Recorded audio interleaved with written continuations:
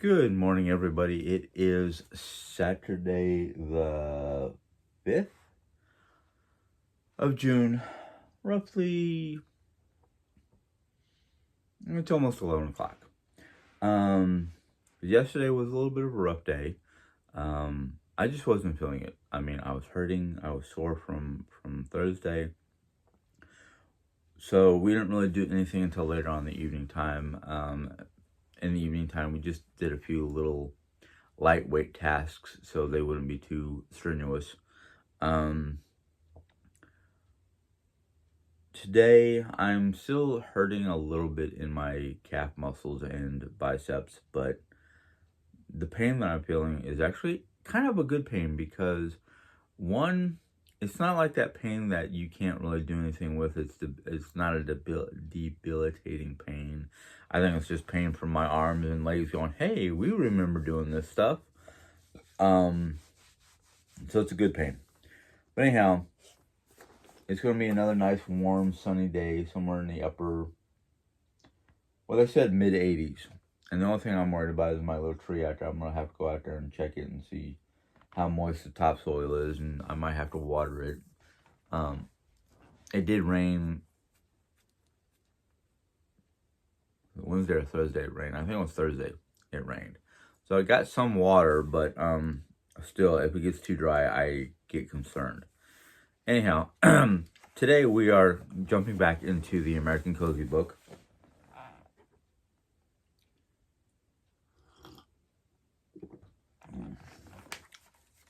And this particular part of the American Cozy book is called, It's Not Just About the Clutter, Dirt Matters. And she goes to talk about how when she was a kid, she would get, her parents would basically make her stay home to help clean the house on the weekends while her friends and whatnot were outside playing games. But she goes here, I underlined this one part. Excuse me, my throat has been bugging me. It's basically postnasal drip due to late season allergies. I know this because of the way my nose feels, my head feels, my eyes feel. It's that, in fact, we've been kicking up a lot of dust and whatnot from cleaning. But anyhow, I underlined this one line that was really kind of, to me, is important. And it says here, clutter and dirt are two different things. They are both needed to be tackled to make a house a cozy home. It's true. You can have clutter without dirt, or you can have dirt without clutter. The clutter is an eye thing. Sometimes the dirt is too, because if you see like the dust bunnies or dirt and debris underneath your couch or tables or one thing or another, it has contributing health factors. The clutter has the obstacle, it causes stress and anxieties and various forms of mental issues. The dirt and debris can cause, as you're seeing with me, allergies, sinus problems, coughing, choking, headaches.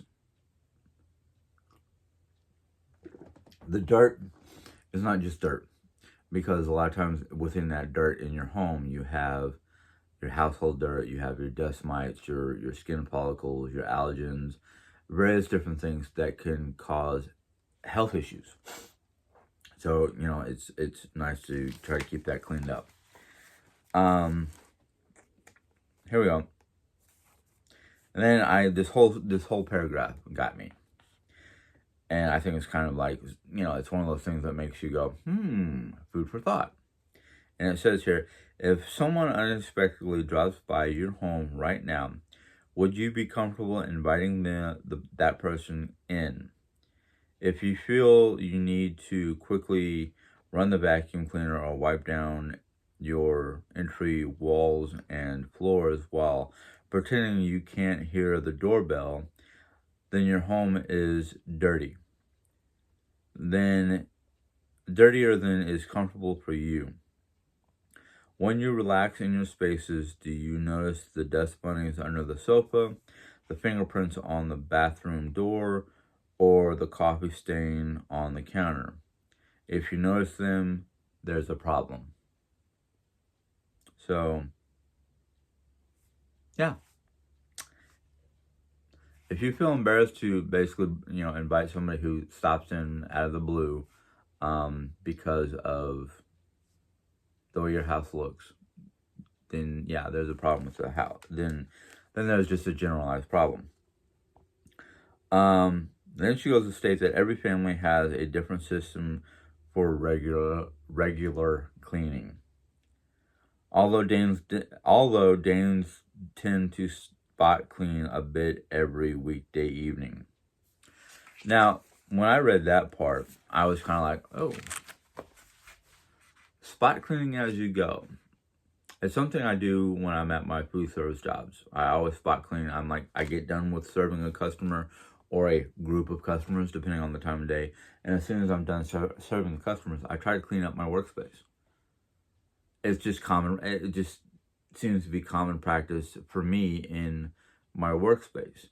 But when I come home, I kind of lax off and I don't spot clean as I go or things like that.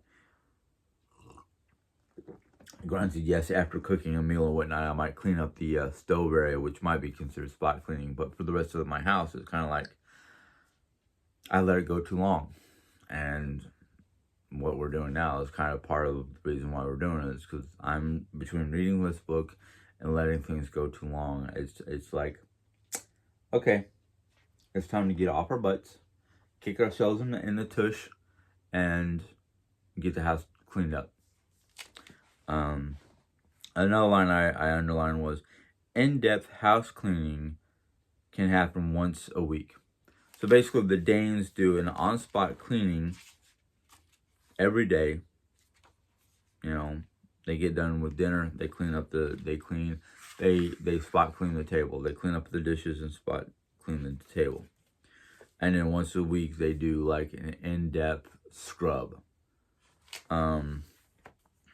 So, yeah. Then she goes to have this thing that says, I didn't underline it, but I just saw it and went, oh, this is kind of, she's basically a full-time mom, author, and spouse.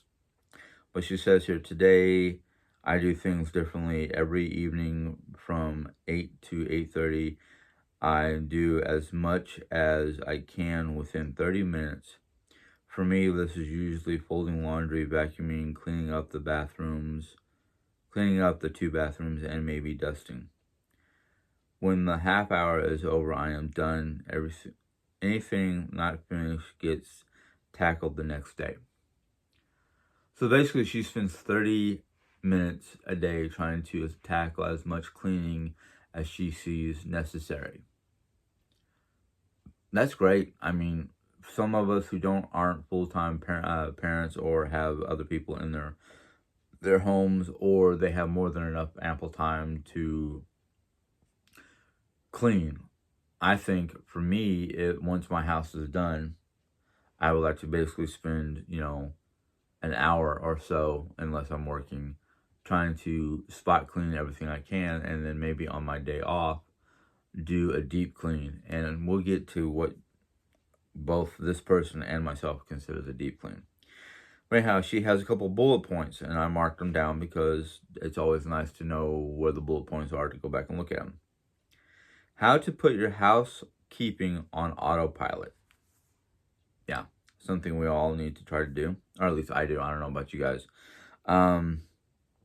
Housekeeping is my word for both decluttering and cleaning. The easiest way to make housekeeping an automatic part of your life is to make it a habit. If that sounds overly simplistic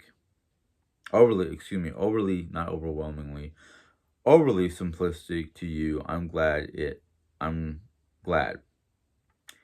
It really is uncomplicated. Make make housekeeping a habit, and you'll have a calm, cozy, clean, tidy house.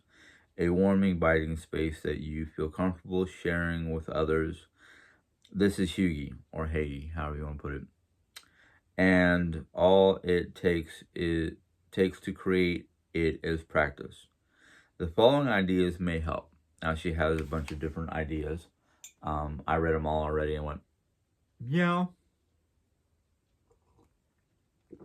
they would work if you put them into practice.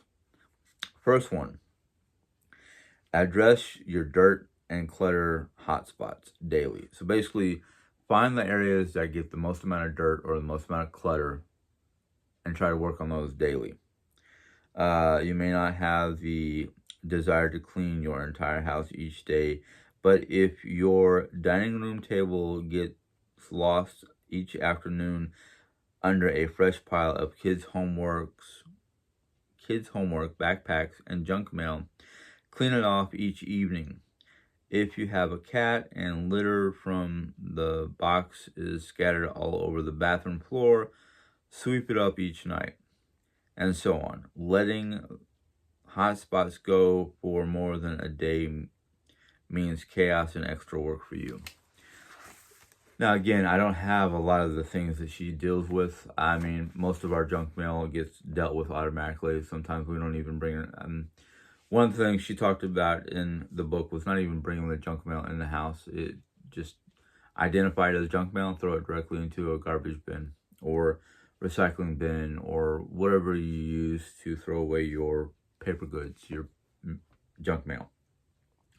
I don't have a cat. Mom does, but Mom's cat is in her office space on a carpet, which I'm like, but Mom doesn't put a lot of cat litter in there. She just puts enough to cover the bottom so the cat has enough litter to do her business in. That's Mom's, issue. If and when, it's a matter of when more than if, Jane and I get a cat of our own, I'll have to deal with that. We'll have to figure out where to put her cat box. I'll have to try to make some way to keep the cat from spreading litter all over the area. Probably do the same thing Mom does. Just put a little bit in there just to make a spot or enough so the cat can do her business, and just scoop every so many days. Mom basically puts cat litter in the cat box, and she'll put enough in there to last like a week, and she'll scoop every night. And every Monday, the day before trash pickup, she'll gather up the whole bag, the whole litter bag, and throw it in another bag to make sure it doesn't spread everywhere, and throws it out, and then gives the cat a fresh new bag with fresh litter. There's all different kinds of little things you can do to basically, like she says, find your hot spots. Her hot spot is the cat litter and the dining room table. Now, my dining room table, for the most part, except for one end of it, which we're going to deal with once we get into the kitchen area to clean up and declutter and rearrange, has a bunch of stuff on there that is a combination of stuff of Jerry's, and just don't put it in the craft room, but it's crafting stuff. Put it at the end of the table. I don't really like that, but that's what's happened. So, yeah, she's got a great point there. Find your hot spots, and at least once a day, go clean it up. And I'm pretty sure her hot spot, if it's her dining room table, if that's where they eat, I'm pretty sure they clean that up before they eat, because otherwise they have no place to eat. Next one. Pay for help if you want to. Let me read this before you guys go, wait a minute, what? Pay for help if you want to. Hiring help is often a worthwhile investment for those who can pull it off. Basically, anybody who can afford to pay for somebody to come in and clean their house. Pay someone to come in once a week, once a week, every 2 weeks, or once a month. Request a ceiling to floorboard scrubbing or hand over just the tasks you loathe or aren't physically up to doing and these performing the easier jobs yourself. So basically what she's saying is you can if you can afford to hire somebody to come into your house once a week, every 2 weeks, or once a month to, either do a ceiling to floor cleaning or just cleaning areas that you can't get to or don't want to because you just don't like cleaning up those areas yourself, go for it. Then you do the tasks that you can perform on your own without anybody's help. So basically, if you are somebody who's either handicapped to the point where you are either stuck in a wheelchair or have extreme mobility issues, and you can afford to hire somebody to come in every so often to clean up for you, go for it. It's well worth it. Me and my wife, one, we couldn't really afford it. Two, I can do most of the tasks myself, and I'll even do the tasks that I loathe. Like y'all saw my cleaning up the bathroom video. I hate doing the bathroom. That's why I usually leave it up to Jerry Ann. But she couldn't do it, so I did my best. I mean, I practically scrubbed every inch of that bathroom just to clean it up. Now that I have it pretty clean, if I can just go in there and maintain it, go in there a few minutes a day, wipe up my trimmings and hair clippings and whatnot, keep my counters decluttered and clean and organized, go in once a week or the day after I take a shower or the day after Jerry Ann takes a shower to scrub the tub of hair or any kind of particles that did not go down the drain as the water decreased in the tub. Things like that. I'm not at that point where I need to hire somebody to come in and do my parts of the house. Mom, on the other end, I would gladly go in there and help her clean up her area, but between her smoking and my breathing issues and Mom's very particular and picky, I don't do it. Once in a blue moon, she'll have her friend Carla come and do it for her. And that's fine. That's between the two of them. Mom, well, a combination of Mom could pay Carla if Carla wanted money, but because it's a trade issue. Mom lets Carla use the car and whatnot, and Carla, to basically reimburse her, either comes in and helps clean or helps Mom with one thing or another every so often. Next one is everyone should help. Everyone who lives in a space has an obligation to keep it clean. Be brave and have a frank discussion with your family or roommates about how often cleaning should take place and how in-depth it should be. I agree with that. I mean, I wholeheartedly agree with that. The thing with some people, everybody has their own issues or their own lifestyle, or maybe you're an empty nester and you don't have kids. It's just you and your spouse, or just you if you don't have a spouse. If you live with other people, you all share the same spaces. Now, their personal, unless they're your kids. If you have roommates, their personal spaces are their personal spaces. They can do whatever they want. It's the common areas that everybody uses that everybody should pitch in to help clean. So yeah, whether you're the one who owns the house and you're renting out to roommates or whatnot, or however the house is being paid for, the place is being paid for, one of the things that everybody, that should happen every so often is come together and say, hey, look, we need to start doing our fair share of cleaning. We need to be doing this. We need to be doing that.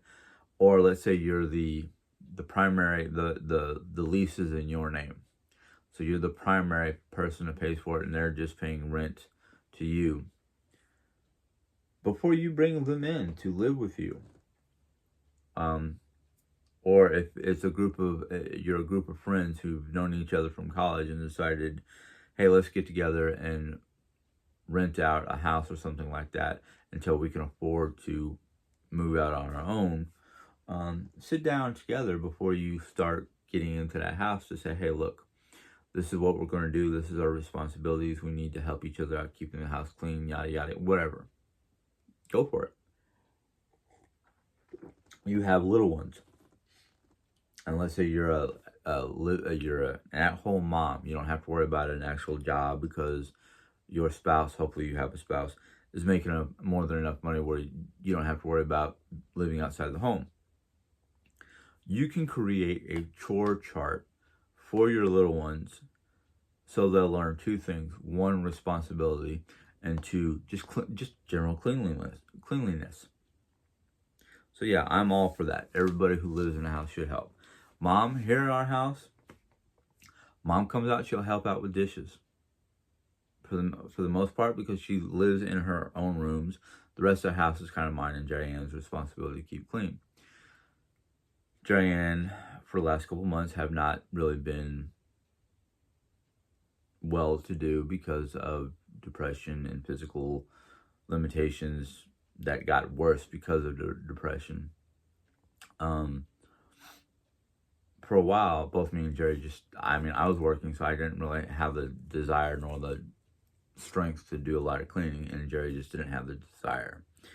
And that's why we're having to bust our humps to get our house back in order. So, yeah, it's a give and take thing. I'm sorry, this video is probably going to be a long one. Next one. Oh, and I was just talking about this one. Children must help keep their space clean and tidy. So basically what she's trying to say here, and I'm not going to go through and read the whole thing because this one was a little bit longer, but basically it's the same thing I was just saying. And in order to help children become responsible and learn how to clean up after themselves and just be responsible for there's a whole lot of different reasons for teaching your kids to keep their space clean and tidy. One, it's a responsibility thing. Two, it helps them develop good habits on keeping their homes clean in the future when they have their own places. Third one, and this is geared more towards my childhood because I don't know anybody else's, but I learned a hard lesson when I was younger. And that hard lesson is if mom or dad goes to come into my bedroom for whatever reason, make my bed, put away my clothes, whatever, when I was younger, and either one of them were to hurt themselves on one of my toys, and that toy would most likely not be in the room when I got home. It would most likely be in the garbage. That and a factor, you're in a different room, you forgot to clean up your toys, and my dad particularly, he hardly went into my room, but if he ever, the one day, I don't know why, the one day he went into my room for some reason and stepped on a couple Legos. And my dad didn't like wearing shoes when he was home because he spent hours on end wearing shoes. I did not hear the end of it for at least a week. So, yeah. The next one is choose your best day. Now, I'm going to read this because I had to read it. What? Basically, what she's saying in here, and I'm not going to read the whole thing. I'm going to paraphrase it. Basically, she's saying that when she was growing up, Saturdays and Sundays was basically the day for her family to do a deep clean in the house, and she had to help out, which means she missed out a lot of times on spending time with her friends and whatnot because of family routine.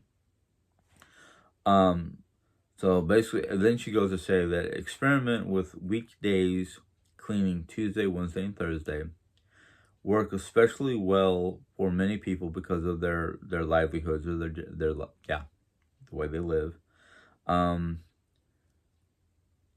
don't do it on Monday or weekends because Monday, you feel more hurried because it's the beginning of the week, and though most people work Monday through Friday, so um, Monday is always like the chaos day because it's like, oh, I gotta get ready for work, I gotta do this, da da da da da da da da, and don't really have the time or feel like cleaning on Monday because of all the chaos going on.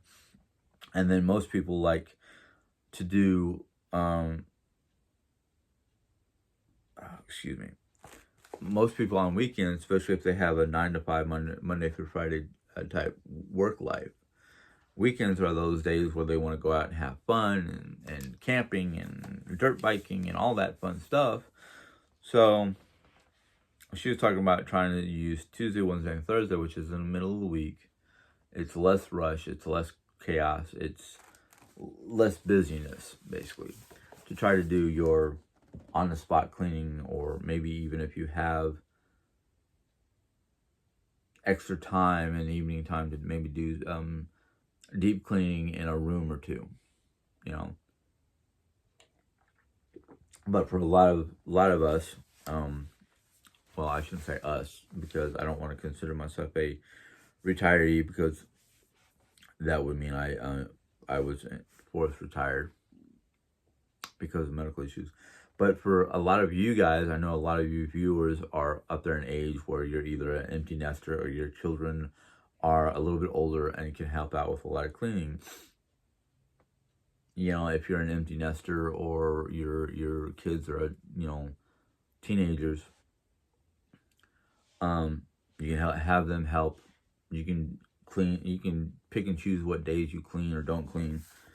But I think cleaning is one of those things where it's it's something that should be done daily, even if it's just spot cleaning. Because the more spot cleaning you do, the less hardcore cleaning you have to do until it's deep cleaning day, if you want to really scrub, get things scrubbed down because it looks like they need to be scrubbed. Then she goes here, once a week or once a day. Most homes need a moderately deep room by room cleaning at least once a week. By this I mean a quick declutter, vacuuming, dusting, and wiping down any grimy surfaces. However, if you don't have a large chunk of weekly time to devote a cleaning, opt for doing a bit each day. Cleaning for 30 minutes each evening works for us. And she's talking about herself there. I agree. If you have such a busy schedule or whatnot, and you can't do a room to room, cleaning session, try to use either once a week or once a day. Try to get one room done. Try to, like, let's say you have a room that probably needs a good cleaning once a day, like your dining room, your kitchen, or your living room, because those are the 3 rooms that are used the most. Your kitchen, dining space, your living room or common area probably needs the most amount of cleaning because that's where most people end up gathering or spending most of their time. So maybe once a day you try to spot clean in those rooms, and then once a week you try to go into a room that is not heavily used. It's usually kept pretty tidy and clean. Go in there and just dust, vacuum, touch up areas that need to be done. Once a week, I try to strip my bed so I can do my laundry. So I strip my bed, even though I have at least 2 more sets of sheets. I'll strip my bed, throw it in with a wash, do my wash. The wash takes maybe a day, maybe a little bit longer, depending on how sidetracked I am and I'm not paying attention to my washer and dryer, because it doesn't make any noise when it's done. It doesn't buzz or anything like that. It just stops. And you have to go, is the washer running? Is the dryer running? I don't hear it. Let's go check it. I forget to do that. So it's one of those things where it's like, yeah. Next one is do one deep clean each month. Here we go. She goes to say that her daily cleaning usually keeps her house pretty tidy and clean, but once a month she'll do a hardcore deep clean, which basically means after she's done her regular cleaning, vacuuming, dusting, all that stuff, she'll shampoo her carpets. Now she has carpets in some of her rooms. I don't like carpeting because of dust mites and allergies and whatnot, so I want to get rid of most of my carpeting. Actually, I want to get rid of all my carpeting. I don't know why anybody would want to live with carpeting. There's so many negative aspects of carpeting. So what if your feet get cold during the summer or winter? Put on a pair of socks, wear a pair of house shoes, house slippers, whatever. She'll go in once a month or so and literally go room to room and like hardcore deep clean, scrubbing, shampooing, all the hardcore stuff.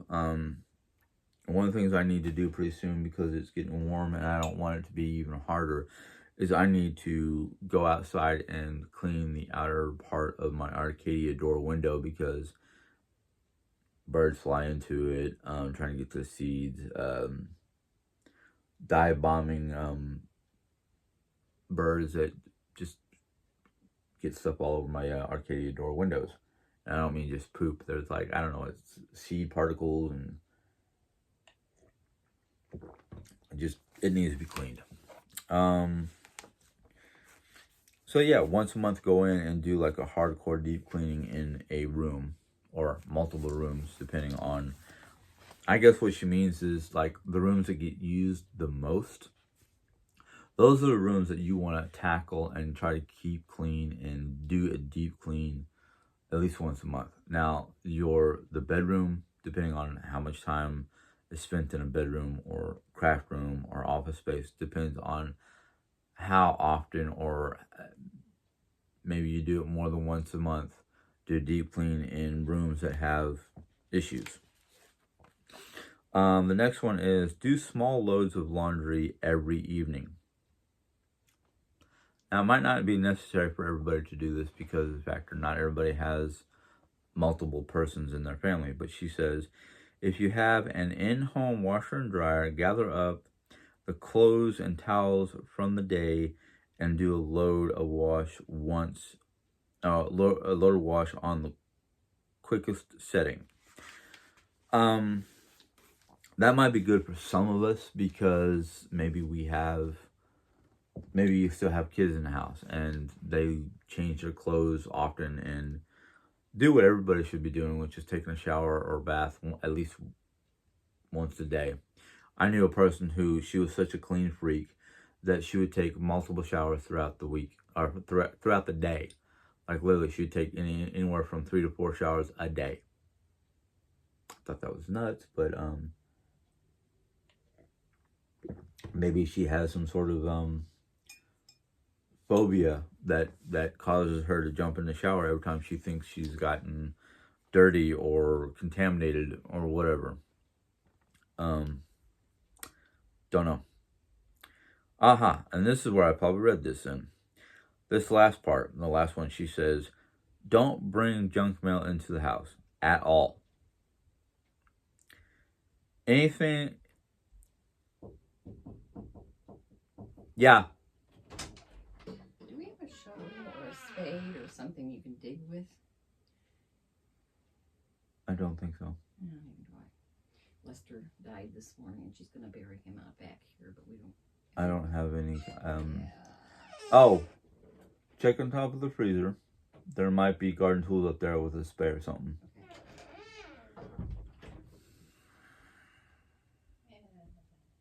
Okay. Don't bring junk mail in the house at all. Anything loose. Wait a minute. Her wording has gotten to me. Anything those letters and postcards contain, including promo codes or special secret sales info, can be found online. Trust me. So basically what she's saying is, instead of bringing the junk mail in, because all the information that usually is in the junk mail, you can find online, which is true. If you know where to look, you can find special promo codes or sales or information that the same thing that on that postcard or piece of junk mail gives you.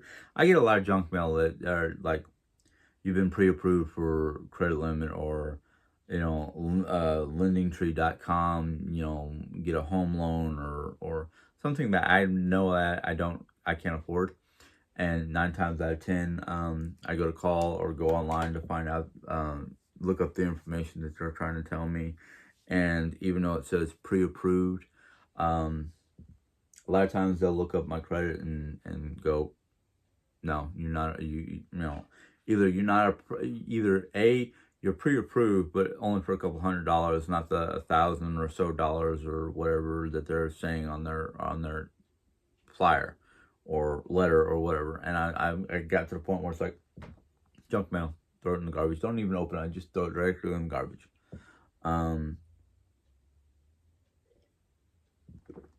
I have a feeling a lot of people are getting those kind of letters and whatnot because of all these loan companies and whatnot. They're trying to make a buck, but they're also trying to like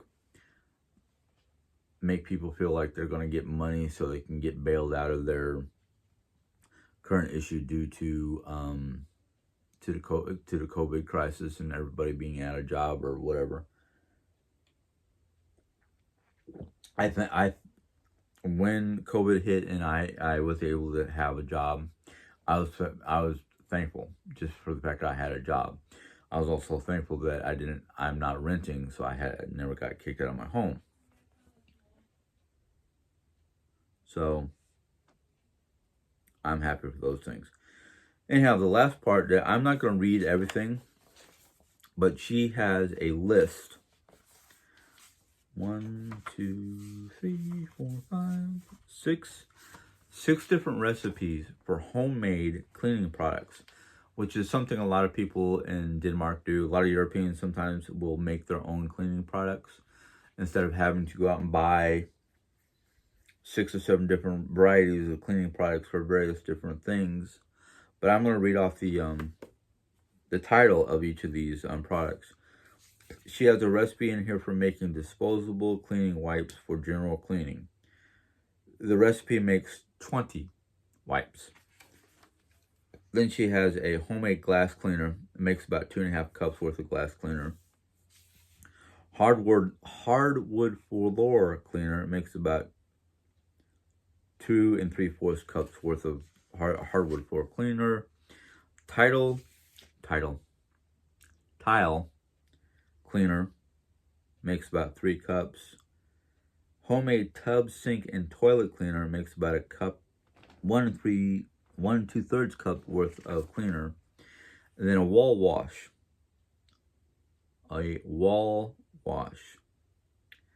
makes more than a quart. These are recipes for making homemade cleaners with generic everyday stuff like warm water vinegar,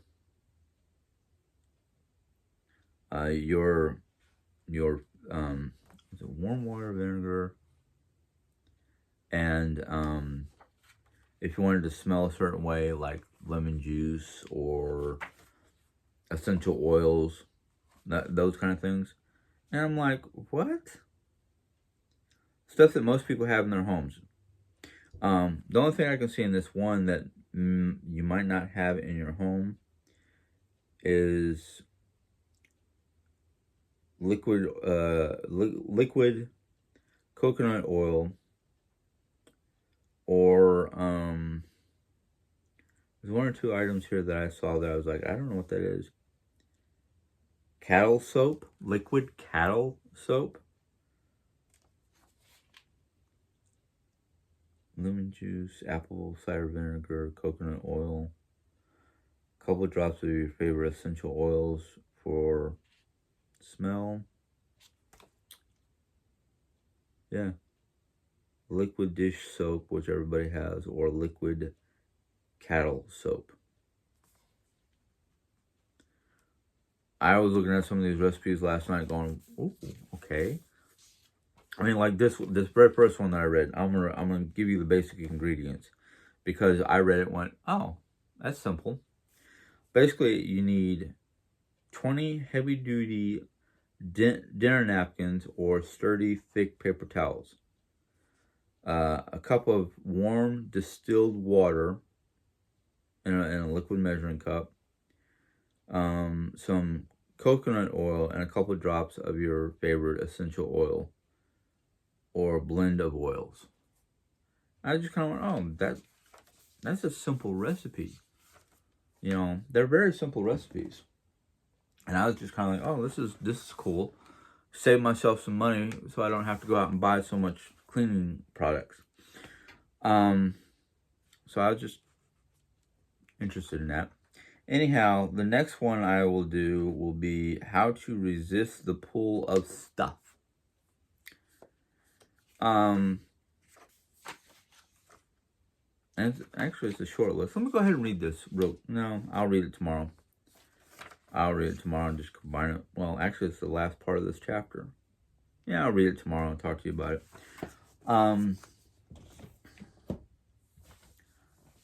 It's one of those things that I learned when I was younger, and I'm going to try to cut this off soon because it's already over 40 minutes long.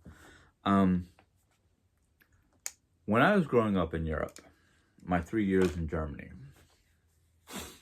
now I was still young. I was like preteens, 80 to 83, so I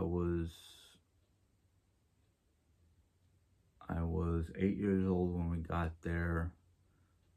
Got there in the winter after I turned 8. Left in the winter after I turned 12. No. 83, we got home in early 83, so I wasn't 12, I was 11. But we were there for a good 3 years. And one of the things that amazed me the most when we were invited to come inside our landlord's part of the house and sup with them. I'm going to use that word, and basically it just means breaking bread or having a meal with them. I love some of the old world terminology. I was amazed on how clean the whole house was. Not only the kitchen, living room, but the kids' rooms. So clean, so tidy. But, of course, being the American I am now, I look back at those days and go, yeah, they were very tidy and whatnot. And the landlord's 2 daughters were, well, their youngest one was like maybe 3 or 4, maybe 5. I don't remember off the top of my head. But the oldest one was almost my age. Maybe she's about a year or 2 younger than me.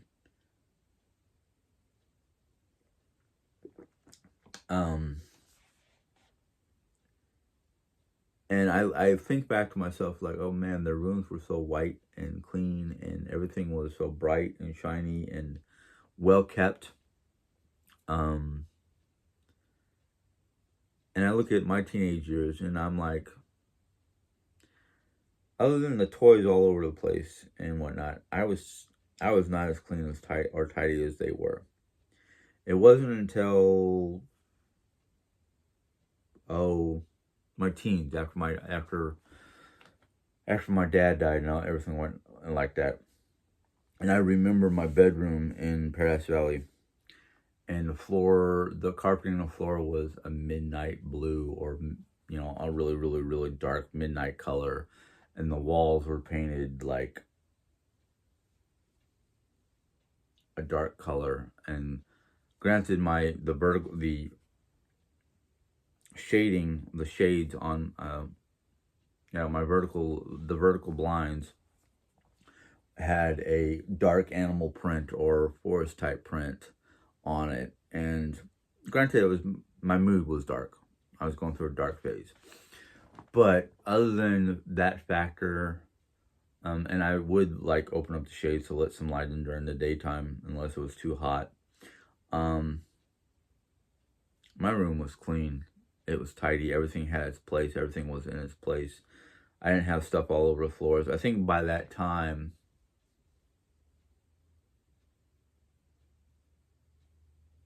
Yeah, I think by that time I gave my Lego building blocks and whatnot to my younger cousin Aaron, who is about 10 years my younger.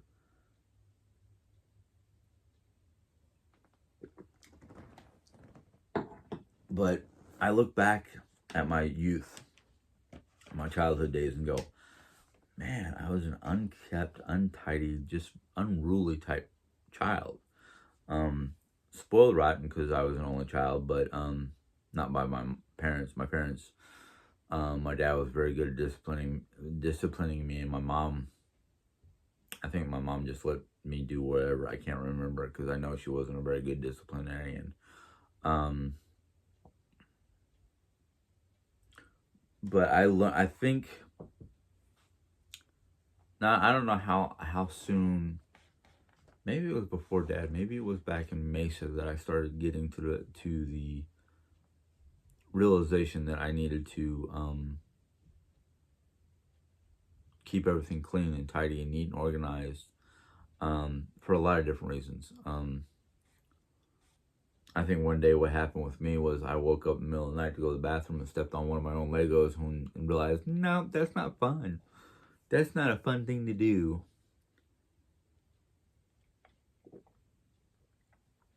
Yes, I had a secondary drink waiting in the wings. Um, but yeah, I got to the point where I realized that unclean, the difference between being tidy and organized and uncluttered compared to being unclean and dirty and having dust bunnies and whatnot. And granted, for the most part, most of the places we lived had carpeting, except maybe, let's see here, all the places in Phoenix had carpeting. Does the house in Germany have carpeting? I think the places we stayed in Germany had carpeting. Yeah, I think all the places I've ever lived in until moving in with Diane in New York, all the places had carpeting. And the difference between all the places I lived in that had carpeting in New York, um, in New York, you can tell how dirty it was or where the dust bunnies were. You can literally see that where you needed to clean and sweep and vacuum the whole 9 yards. Unlike, it takes a good long while to detect or notice how your floors with carpeting needs to be cleaned. And I don't even remember if did the play did the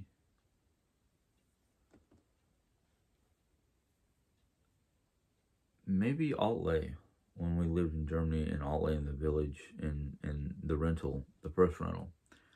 Maybe they didn't have carpeting, that was all um throw rugs. My memory of the floors back then were vague. I just knew that everything was either white or natural wood tones or something like that. Things like that. That's why Germany was probably one of my happier places because everything was white and natural and bright and cheery and all that stuff. Um, so yeah. But anyhow, getting back to the point, we can have a uncluttered house. I mean, everything can have its place, be in its place, and there's no extras cluttering up the room. But then you don't notice the dust bunnies or the dirt or the things hiding behind the furniture or in the corner in the corners. You might notice cobweb. Excuse me. You might notice cobwebs or things of that nature that are visible. But we need to both have an uncluttered home as well as a clean home. Because if you have an unexpected visitor, whether it's your sister, your your best friend, somebody from your church, somebody from your um, basically somebody you may know that you deal with on a regular basis outside of your home, and all of a sudden they're showing up at your doorstep to just come by for a chat or a cup of tea. Maybe you're really good friends with your neighbors, and the neighbors come over to, you know, talk to you about something or one thing or another, and you don't want to invite them in your home because your home, you realize, is not that clean because there's fingerprints, there's dirt, there's scuff marks, there's stuff that you haven't put away from the grocery store yet, whatever, and you feel embarrassed to invite them into that mess.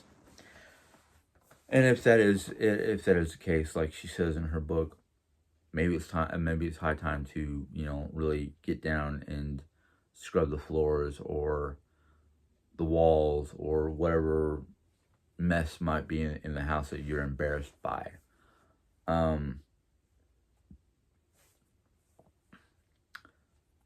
I remember one time that actually I think it was like the first time we went to visit my Aunt Lee after getting back from Germany, and I looked around my aunt's house and I was kind of like, how do you live in the house that has dirt on the floor by the entranceway, or, you know, a cobweb or two hanging from the ceiling, or, you know, just, or a pile of stuff in a room in a corner. I didn't have a filter back then. I still don't have a filter, but I was like, this is messy. How do you live with this? And they're like, oh, it's just, you know, it's lived in. That was her answer. It's lived in. And I look around my house nowadays and go, yeah, we do live in it, but the thing is, it doesn't have to be this way. So we are trying to fix it. We are slowly making our way, a lot of headway. We are about 95% done with the living room. It will be the first room that we are 100% officially done with within the next day or two. Hopefully by the end of today. Maybe, I don't know. Anyhow, I have to get off this because there are things I have to do. I am doing some door dashing later on this afternoon between 3:30 and 5:30. So, yeah. Hopefully you guys enjoyed this conversation. If you did, this video. If you did, go ahead and hit the thumb up. You know, give it a rating, however you want to put it.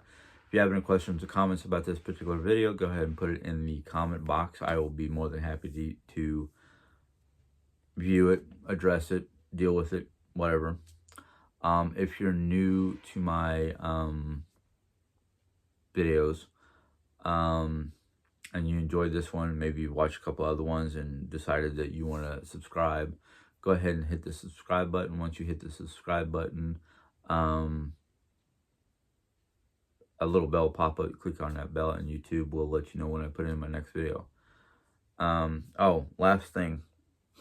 I am learning how to do certain things like add tags to the videos.